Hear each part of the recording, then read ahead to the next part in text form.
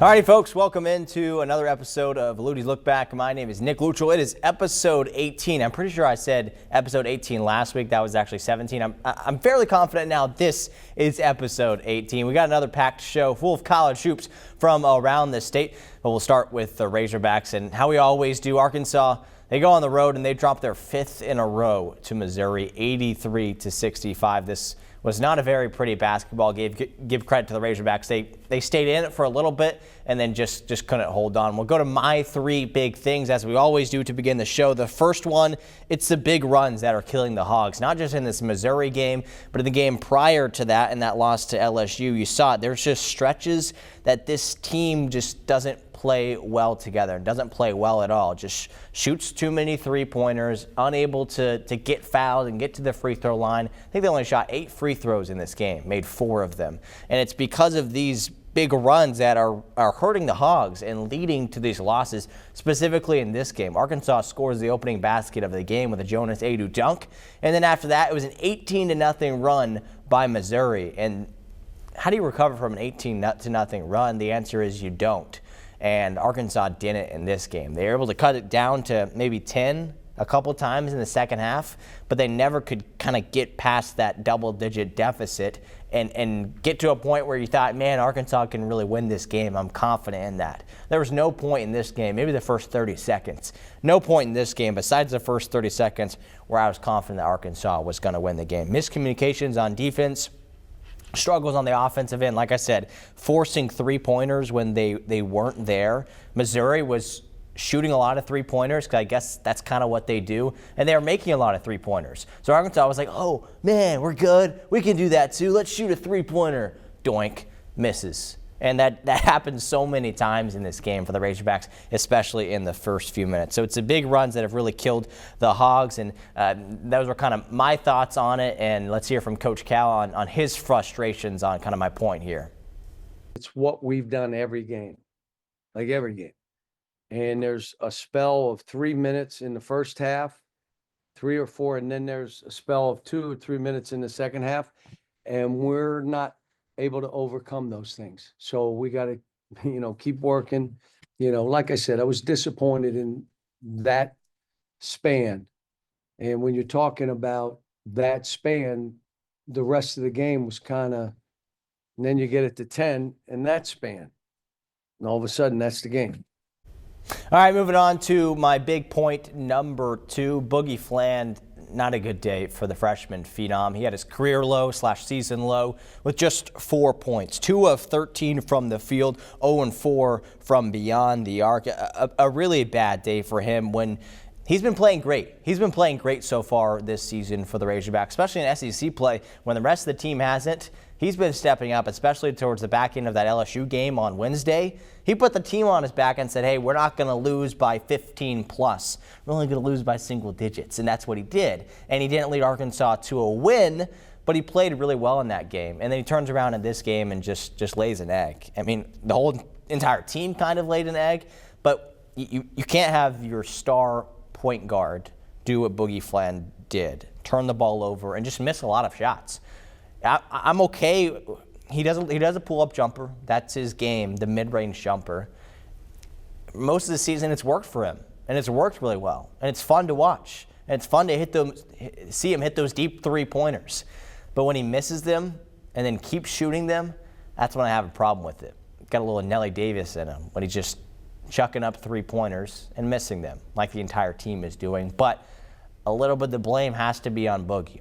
Now, one of the things I will say, and we're going to hear from Coach Cal in a second here, he was dealing with hand injury, which I wasn't aware of. I don't think anyone was aware of until after the game. So here's what Cal said with more on this Fland hand injury.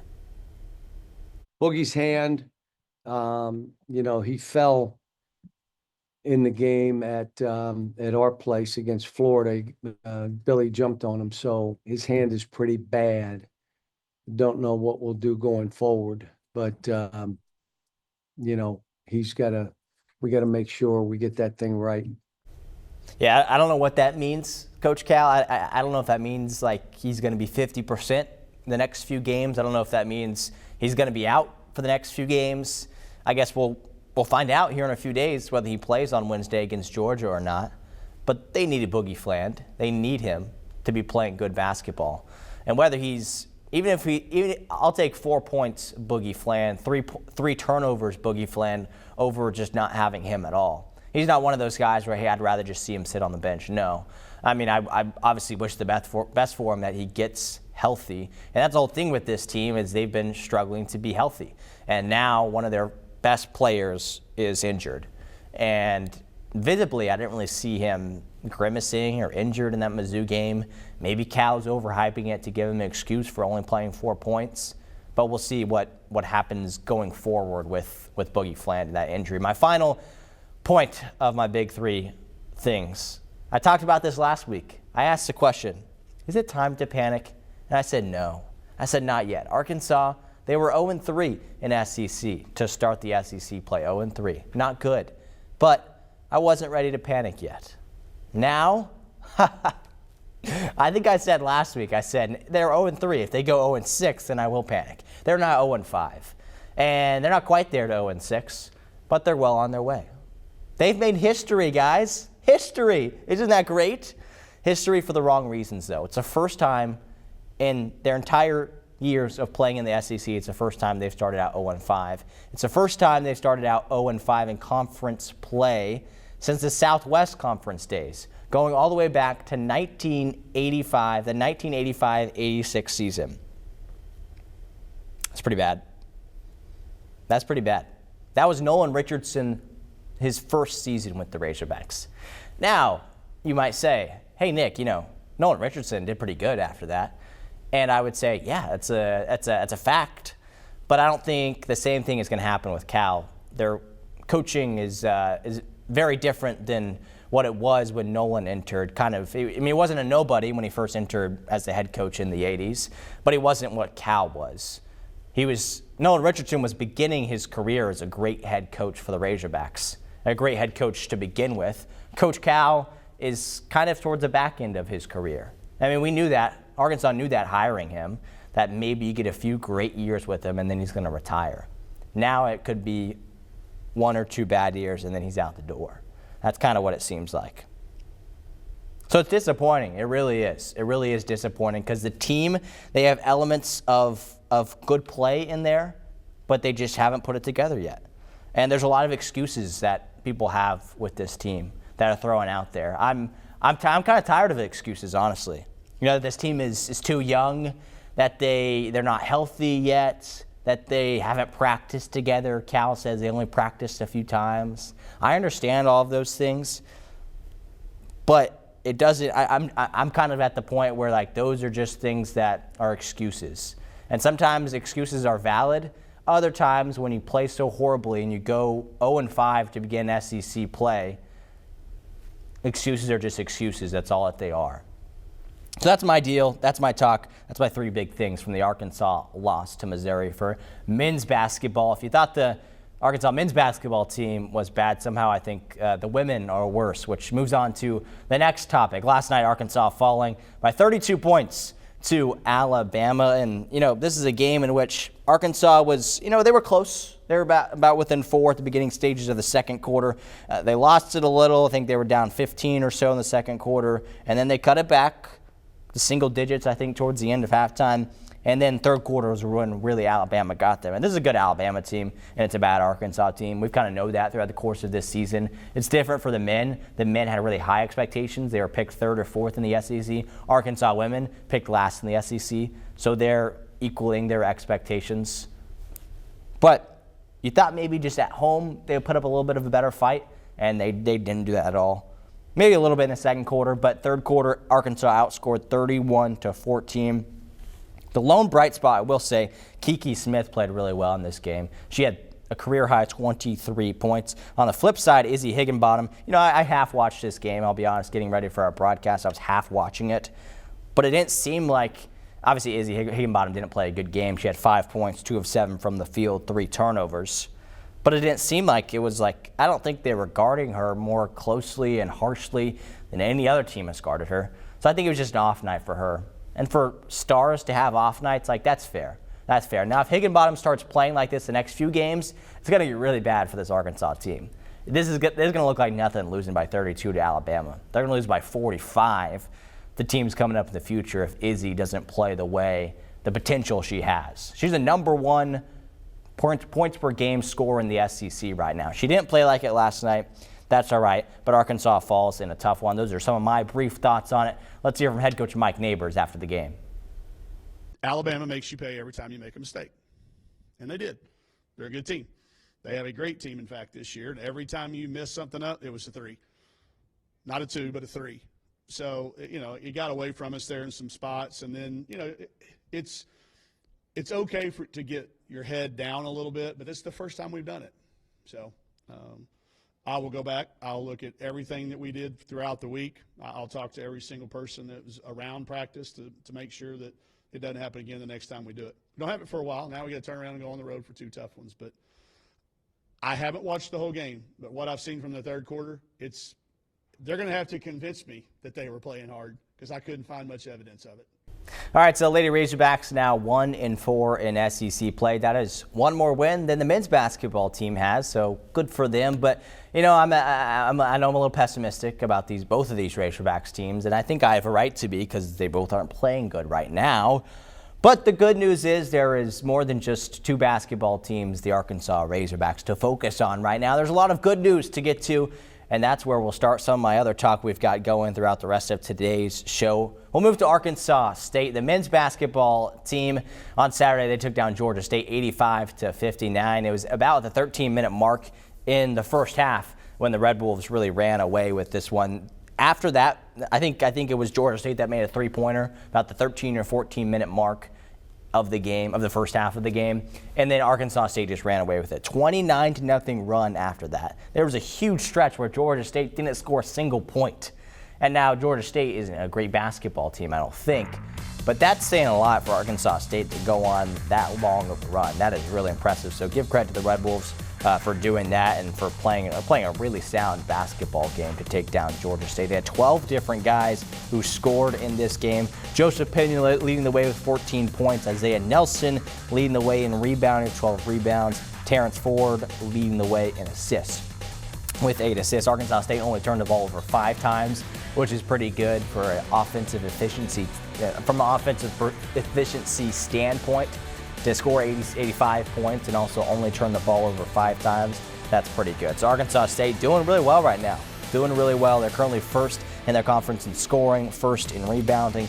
Taron Todd, he also had a pretty good game in this one. He is second in the conference in scoring. Arkansas State now 14-5 overall, 5-2 in conference play. I think that is tied for second. They got a couple more games coming up before. I think they got a challenging one here in a few weeks. I can't remember who it is. A lot of teams to cover, but the A-State men are looking good, and so are the women. The women over the weekend, they took down Louisiana Monroe 71-43. They too jumped out to a big lead in this one in the first quarter, got into the second quarter and didn't look back after that. 6 wins in a row now for the A-State women. They're 6-1 in conference play after dropping their opener to begin the Sun Belt Conference play. Give credit to Destiny Rogers and what she's been able to do with this Arkansas State women's team. And only in year 3, overachievement would be putting it lightly. I know we're still early on in the season with all of these teams, but with Arkansas State to be specific,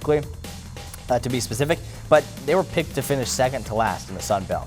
Right now, they are second in the Sun Belt. There's, 12, 16 teams in the Sun Belt Conference and women's basketball. Right now, they're sitting at second. So they're in a really strong place. They've overachieved. Their defense has been their strong suit in this game. Only holding ULM to 43 points is pretty impressive.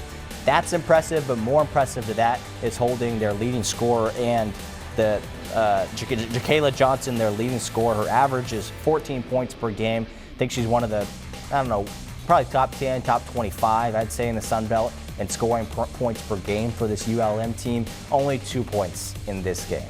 So really good job for the A-State defense. That's been their specialty. That's what's helped them. They turned the Warhawks over 18 times in this game. Now Arkansas State themselves did turn it over 16 times. But, you come out +2 in that turnover margin. They did enough things. They did good things. Their offense was good as well. Winter Rogers, a couple players we don't normally see that played well in this game, coming off the bench or maybe starting that we don't normally talk about, that, aren't maybe as a flashy player as some of the others, like a Zion Shannon on this team. Played really well in this game. Winter Rogers, 17 points. A lot of inside looks, I think. Bella Weary, 16 points. And then Zion Shannon, as I mentioned, 14 points. They also had a couple players in the double digits. So everything looking good for Arkansas State. We'll now move on from Arkansas State to the Little Rock side of things for the men's and women's. We'll start on the men's side. Both squads were squaring off at Tennessee Tech, so mixed results. But the positive we'll start with the men taking down Tennessee Tech 77-71, a back-and-forth game. Another close one for Little Rock. They've had a lot of games this season that have been nail-biters. I would hate to be a fan. I don't know if I'd love to be a fan or hate to be a fan because there's been a lot of close games. 8 of their last 10 games, to be specific here, have been single-digit games. Whether they've won or they've lost, won by single digits, lost by single digits, 8 of the last 10. Especially in conference play, there's been a lot of these close games where sometimes it comes down to free throws. I mean, it comes down, there's a lot of specifics that you can look at with close games. Okay, turnovers, but I think free throws are probably one of the biggest ones. We've seen once or twice this season, Little Rock has had close games like this, and they give it up and end up losing because they don't make free throws. In this game, similar situation, this time they do make their free throws. Jonathan Lawson made some clutch ones down the stretch to finish off Tennessee Tech. Little Rock had 5 guys in the double digits, including Justin Jefferson. And this is the thing I've been preaching for the past few shows, how Little Rock has to get healthy. They're getting there. They're getting there. They got kicked back. I think he was suspension, not a health issue, but they got kicked back. He had double digits in this game. And then Justin Jefferson, a very skilled shooting guard / point guard for this Trojans team. He played for the first time since November, I think it was. He had 11 points in just his 19 minutes of play coming off the bench, so kind of getting back into the flow of things. I expect he'll be a starter pretty soon, but it's his first game coming back, so it makes sense why he came off the bench. Ante Bellion also played good. He's been relatively inconsistent this season, but his 22 points and 7 rebounds helped Little Rock win this game. And when I talk about inconsistency, 22 points in this game. The game before that, 2 points. The game before that, 24 points. The game before that, 8 points. Game before that, 33 points. Back and forth he goes. So it's kind of hard for me to assess whether it's games where they just need him to play really well and he steps up, versus games that they don't need him as much, or is he just a little bit inconsistent? And maybe it's a little bit of both. But no doubt this Little Rock team is good. If he can continue to be more consistent, some of the other guys can get more healthy, they could be looking good in a conference that is not very good. But what do you got to do to make it to March Madness? You just got to win your conference. So Little Rock now 5-2 after a bit of a shaky start to the conference season, to the season as a whole. They're 5-2 now in conference play, and so they're trending in the right direction as we near kind of this midway point of conference season. So overall, a nice 77-71 win for the Little Rock men. But for the women, yeah, not as pretty. They fall to the same team, 70-49, the final score there. Little Rock, they were slight underdogs, but just offensively in this one, never seemed to get it going. They were within 10 or so for most of the game, and the last half of the fourth quarter, kind of when they needed a run, they didn't get it. And they were close for most of the game, and then they needed that run, they didn't get it. And we've seen it kind of at times a few games this season where they've been right there, and then they just needed that run to get past the other team and win the game. In this game, that's not what happened. Tennessee Tech ended up running away with this one, and as you see behind me, winning by 21 points. That doesn't show how close this game was. I think it was a pretty close game throughout the game. So Faith Lee did play good, 13 points. She's now 3rd in the OVC in points per game. The defense was decent. They turned Tennessee Tech over 22 times, but obviously not good enough to get the win. Little Rock now, the women 5-2, just like the men. They're in a 4-way tie in the OVC. So it'll be interesting to keep tabs on them. They're also a team that has overachieved a little bit this season. So we'll keep an eye on them. That is Little Rock talk. We'll move on to our final team in our area. Talking about UCA, the men, let's start with them. They fall to a pretty good Jacksonville team on the road. The final score 72-62, and it's similar to what we've seen with kind of some of the past few games. They keep it close in the first quarter. They even had the lead at one point in the first half, and then kind of the better team wins in the second half. And most of the teams, with all due respect to the UCA men, most of the teams that they're playing are better than them, and that's just the nature of the quality of skill that these guys that's on this year's team. And it might be a stamina issue too. I mean, they've got 6 or 7 guys they're playing every game, and that can wear you down. That can get you energized and ready to go and ready to pull off the upset in the first half. But then second half is usually when it kind of disintegrates and you lose some of that energy. Lane Taylor was good as always. He had 20 points. He's not playing like a freshman, folks. He is the top freshman in the ASUN right now. He's also third in scoring in the ASUN. And on the flip side, kind of an uncharacteristic day for Elias Cato, 0 points. You need your big man and you need one of your top point scorers to score some points in games when you want to pull off upsets like the Bears were trying to do against the Dolphins on Saturday. Not able to do that. It's their fourth straight loss. They're now 5-14, 1-5 in conference play. But on the flip side, the women, they're playing really well right now. Sugar Bears were at home on Saturday. They took down Stetson 85-64, and UCA kind of ran away with this one in the second half. Got really hot from beyond the arc. Opposing teams, I don't know if opposing teams are really watching Luttie's Look Back, but if you are, the one thing, not it's a one thing. Like UCA has a lot of areas where they're good, but the one area you have to contain them, I should say, is from beyond the arc. When UCA gets hot shooting threes, that's when they're unstoppable. Now they're unstoppable enough to where, like, Florida Gulf Coast want to be able to beat them. That's the top team in the ASUN right now, and the top team that's been in their conference for a while. I don't know if they're quite there yet. We still actually got a month until those two teams face off. They could be facing off for the ASUN title in about a month. We still got a little bit to go till then, but focusing on this game, UCA became lights out from beyond the arc. 57% three-point percentage, 16 of 28. Their season average, give you perspective here. Their season average is 31%.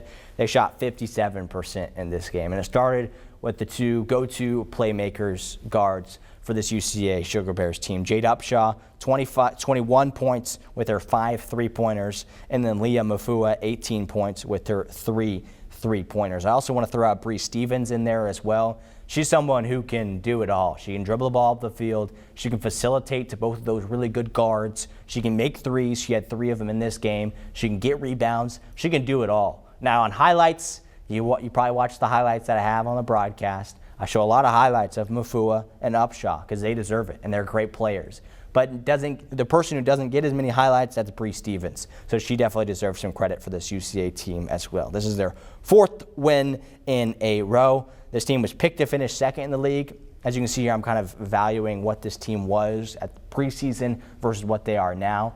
They're picked to finish second, and they're currently in second. So they're right where they should be now. Are they good enough to get past a really good Florida Gulf Coast team?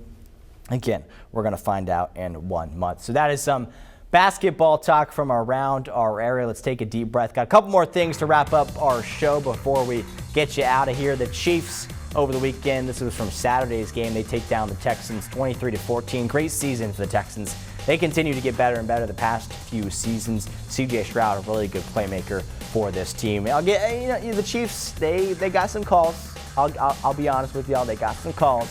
We can all be honest in that. But they are still a really good football team, and they are deserving of making it on to the AFC Championship. That's what they do, a 23-14 win.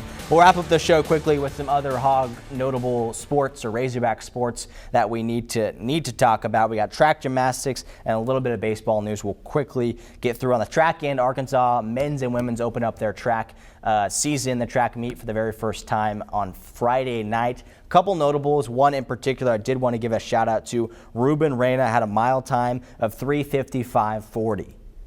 3:55:40. That is running a mile in 3 minutes, 40 seconds, and 40 milliseconds. 3 minutes, 55 seconds, and 40 milliseconds. That ties a school record, and it's really cool to see the stuff that Reyna is doing. His dad is also a former Hog, or was a former Hog, who was also really good.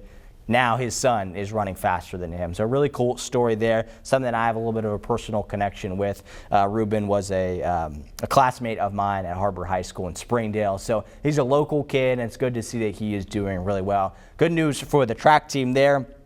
Flipping to gymnastics, their SEC opener on Friday night, Arkansas lost to Auburn by just half a point. I mean, it's small margins, folks, especially in gymnastics, where you can lose a meet. They lose by just half a point to a really good Auburn team, 2 teams that are in the top 25. The notable, of course, for the Razorbacks, Jocelyn Robinson, the freshman, got first in beam and first in floor, second overall. Again, not enough to get her team to win, but she did just about all she could for the Razorbacks. And obviously, if those who don't know, she was an alternate for the Olympics this past summer. So a really good, spectacular gymnast for this Razorback gymnastics team. So keep an eye on the gymnastics team. They're still top 25. They're still a really good team. I think they'll have their home opener on Tuesday or Wednesday coming up this week. So keep an eye on them. And then baseball finally, folks, 25 days. 25 days till baseball season. So hold on to a little bit of hope right now because, you know, if you're a Razorback fan, things are going great with some other things right now.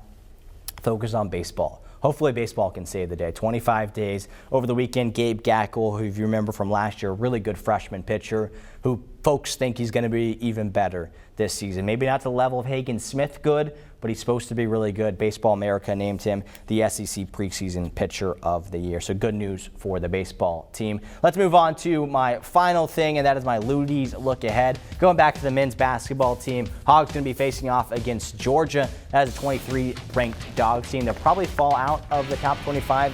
I can't remember exactly. They may have lost to Tennessee or Florida. I can't remember who they lost to over the weekend, but they fell over the weekend. Obviously, Arkansas still searching for that first win in the SEC. That game got to be Wednesday night, so make sure to tune in Wednesday night as well for some highlights. That's it for Luttie's Look Back, episode 18. Thanks so much for watching this episode. If you want to get your voice heard and tell me what I should be doing more about this show or things I should add, things I can do differently, feel free, please, to reach out to me. I know a lot of you have enjoyed watching this show. I'd love to hear more from you. You can contact me on X or Facebook to give me your thoughts. This was Luttie's Look Back, episode 18. Thanks so much for watching. We'll see you next week.